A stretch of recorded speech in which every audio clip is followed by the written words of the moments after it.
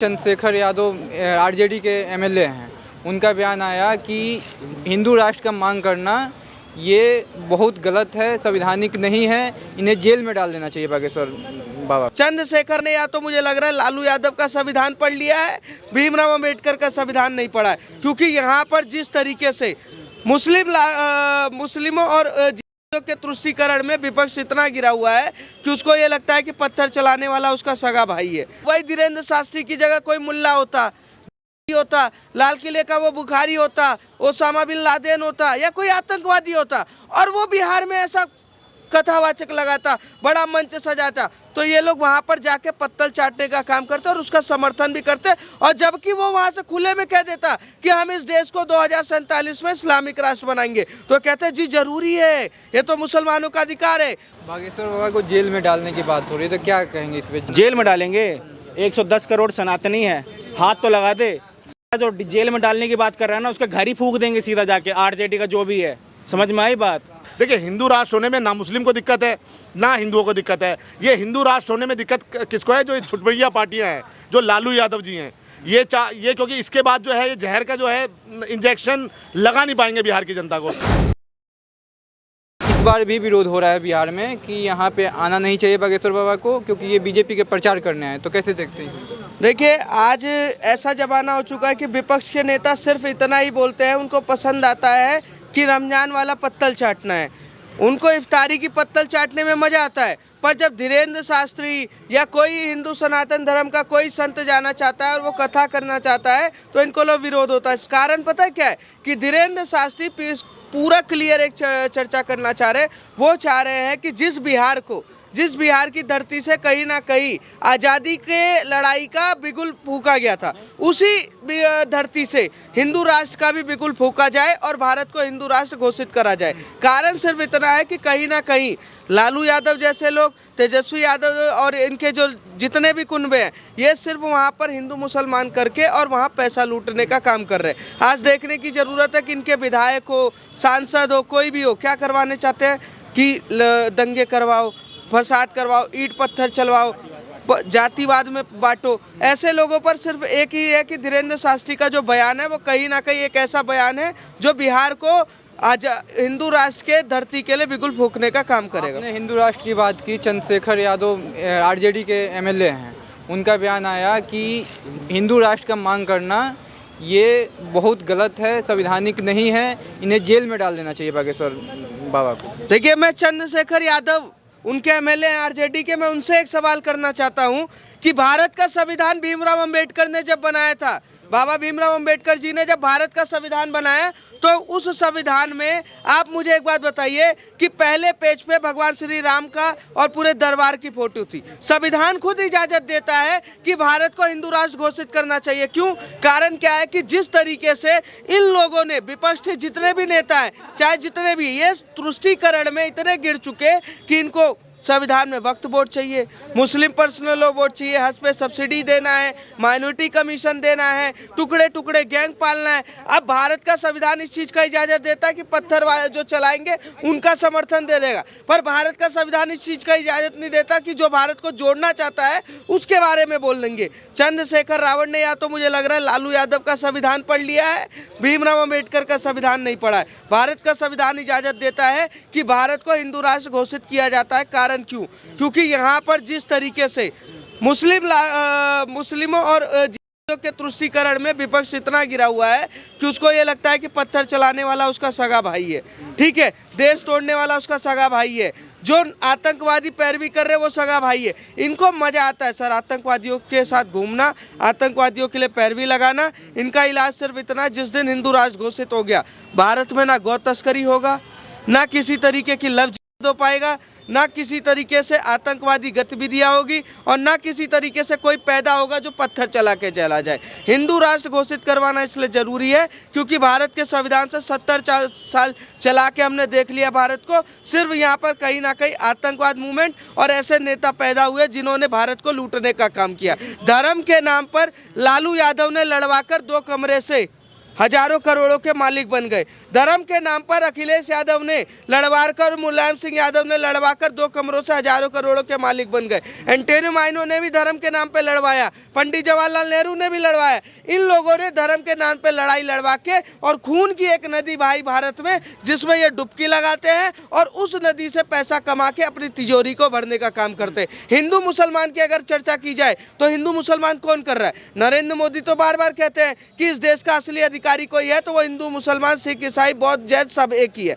पर ये लोग बांग्लादेशियों को भी कहते हैं कि इस देश का है, रोहिंग्या को भी कहते हैं इस देश का है। केजरीवाल दिल्ली में चिल्लाता फिर रहा था कि जो फर्जी वोटर हैं उनके वोट क्यों, जो मतलब इलेक्शन कमीशन ने जब फर्जी वोट लिस्ट बनाना चालू किया, कटने लगा जो कि बांग्लादेशी और रोहिंग्या थे, तो केजरीवाल चिल्ला रहा था नहीं ये तो मेरे वोट बैंक के क्यों काटे जा रहे। वही काम बंगाल में ममता बनर्जी कर रही है। इनको सिर्फ क्या है, इनको भारत के मुसलमानों से लेना देना नहीं है और ना किसी तरीके से।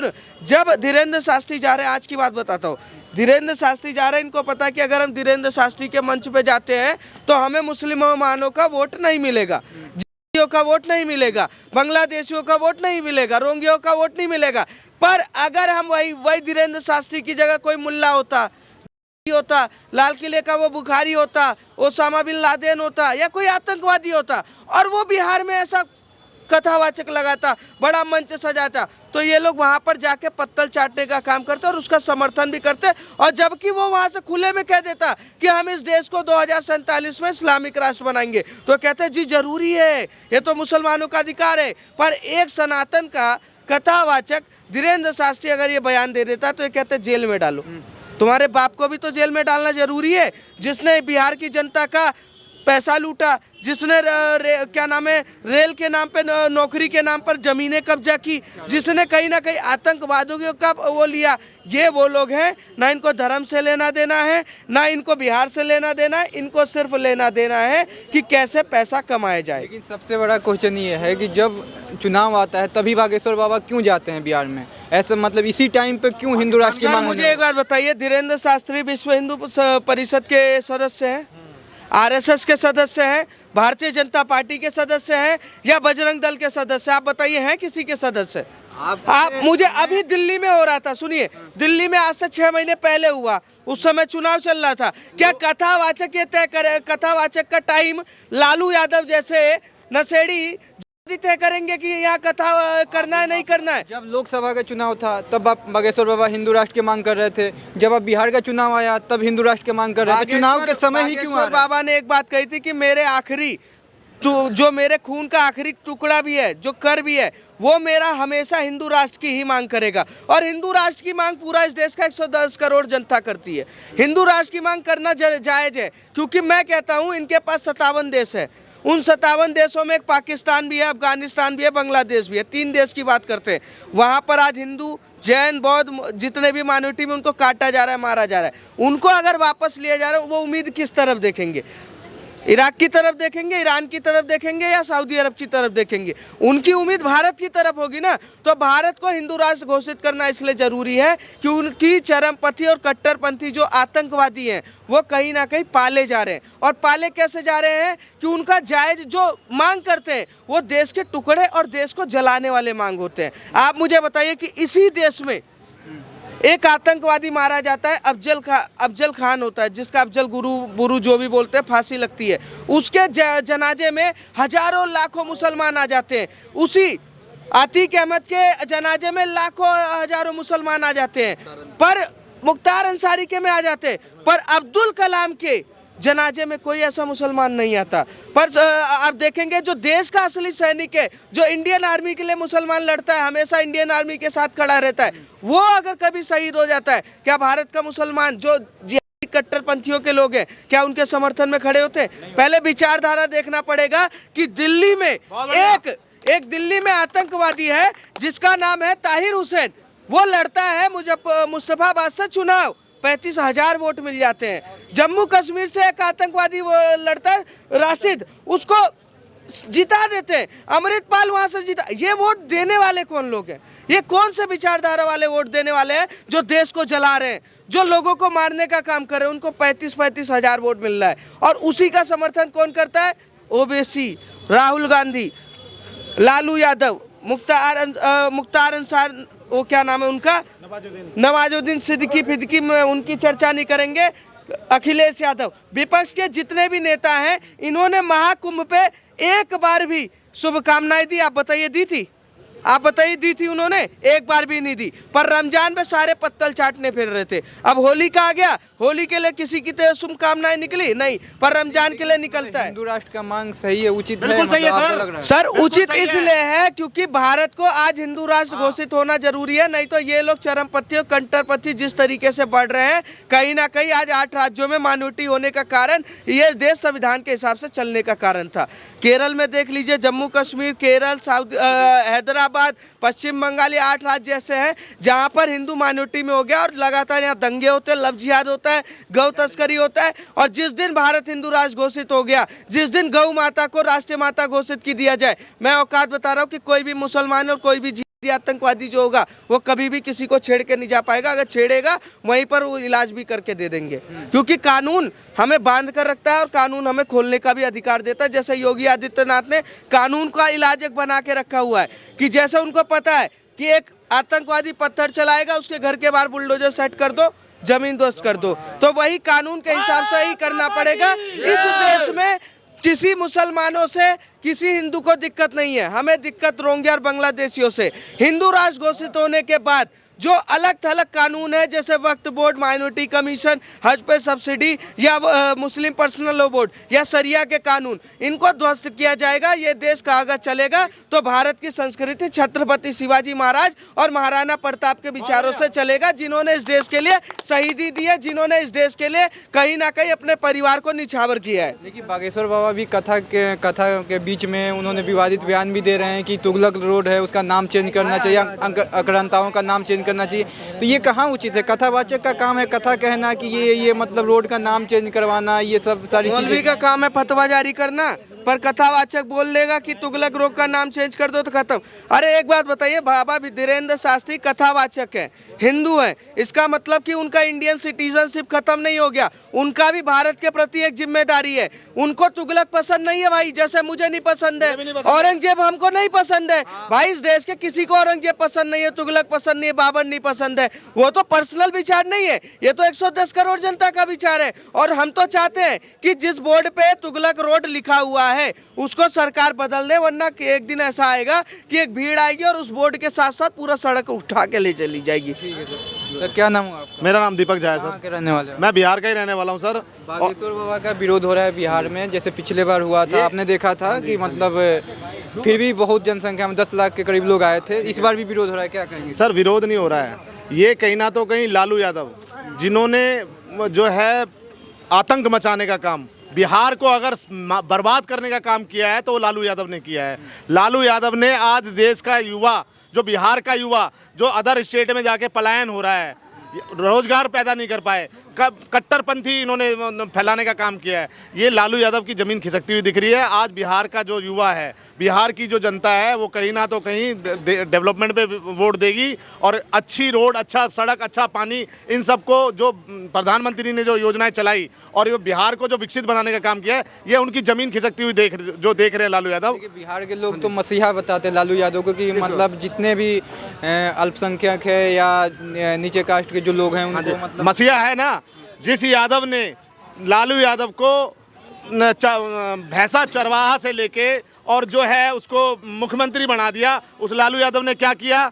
लालू यादव ने उनकी ज़मीन हड़पी और रेलवे में नौकरी दिलाने का काम किया। आज ये जो हड़पी हुई चीज़ें हैं, आपने देखा होगा सुप्रीम कोर्ट का जो समन इनको इशू हुआ है, जिसमें इनको बोला गया है कि भाई आप बताओ इसमें क्यों आपने ये चीज़ें करी।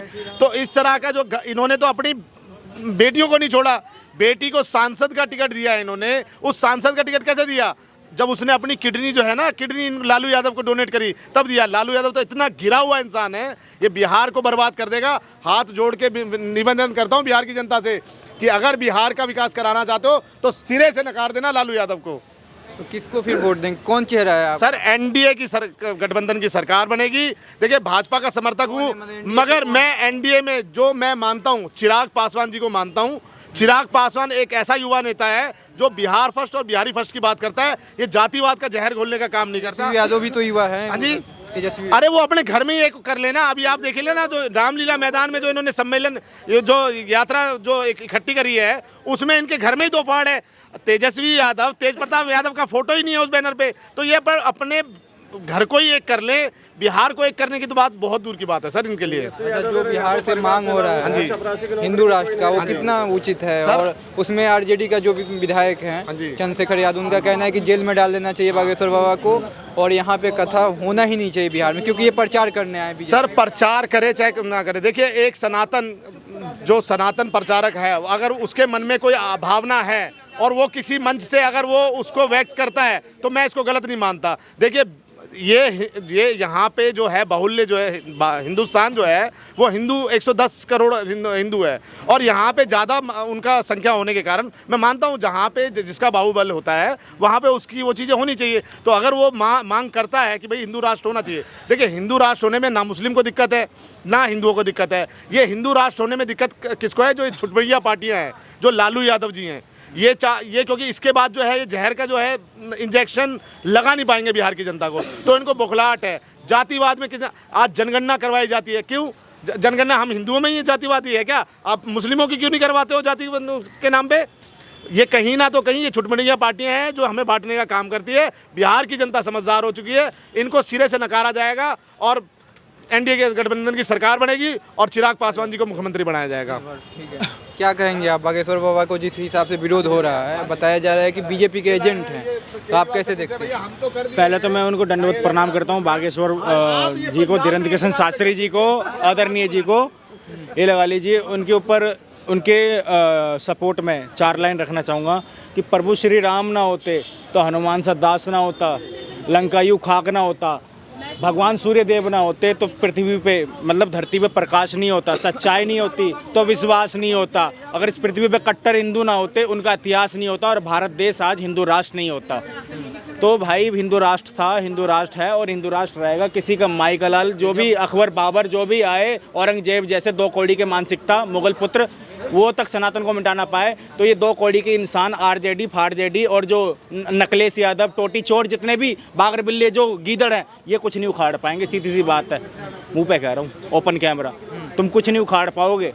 तुम प्रभु श्री राम को गाली देने वाले, तुम सनातन की गंदी टिप्पणी करने वाले, तुम गौ माता को मां नहीं मानने वाले, तुम अपने भारत माता को मां नहीं मानने वाले, ठीक है, जातिवाद फैलाने वाले, ब्राह्मण और बनिया को गलत कहने वाले, ठीक है, और मुस्लिमों के सामने जाके तुम पानी मारने वाले 2 कौड़ी के इंसान, मुगल पुत्रों के इंसान हो तुम कुछ नहीं कर सकते। तुम्हारा काम है बस भौंकना और बिहार की जनता को बरगलाने का काम है। बिहार की भूमि वो भूमि है जहाँ प्रभु श्री राम बाराती बन के आए थे और जहाँ माँ सीता का जन्म हुआ है।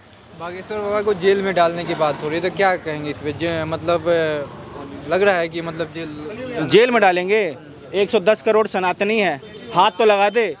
जो जेल में डालने की बात कर रहा है ना, उसका घर ही फूंक देंगे सीधा जाके, आरजेडी का जो भी है। समझ में आई बात? घर से बाहर निकल नहीं पाओगे। जैसे सलमान खान नहीं निकल पा रहा ना, ऐसे तुम भी घर में पैक हो जाओगे अगर जेल में डालने की बात करी तो। कट्टर सनातनी भारत देश में कमी नहीं है, जागे हुए हिंदू हैं, भटके हुए। तुम जैसे जो नीचे कटवा के और ऊपर का जो टोपी पहन लेते हो ना, वैसे हिंदू नहीं है अब, वैसे हिंदू नहीं रहे अब। ये जो भारत देश के अंदर और बिहार के अंदर जो जितने कट्टर मौलाना और कट्टर मुसलमान जो बन रहे हैं ना, ये 1400 साल पहले बुज़दिल हिंदू थे जो तलवार के नोक पे इन्होंने धर्मांतरण किया। और जो आज के कायर सेकुलर हिंदू है ना, ये आने वाले 40 साल में दोगले हिंदू से ये फिर कन्वर्जन हो जाएंगे, मुसलमान बन जाएंगे, जो आज जाग नहीं रहे। ठीक है, तो बिहार में कहीं ना कहीं ये लगा लो जो आवाज़ उठाने का काम कर रहे हैं बागेश्वर धाम जी, जो धीरेन्द्र किशन शास्त्री जी, ये हमारे आने वाले भविष्य के लिए, आने वाली पीढ़ी के लिए, आने वाले हिंदू को जगाने के लिए काम कर रहे हैं। और कहीं ना कहीं उनका योगदान है, बहुत बढ़िया योगदान है।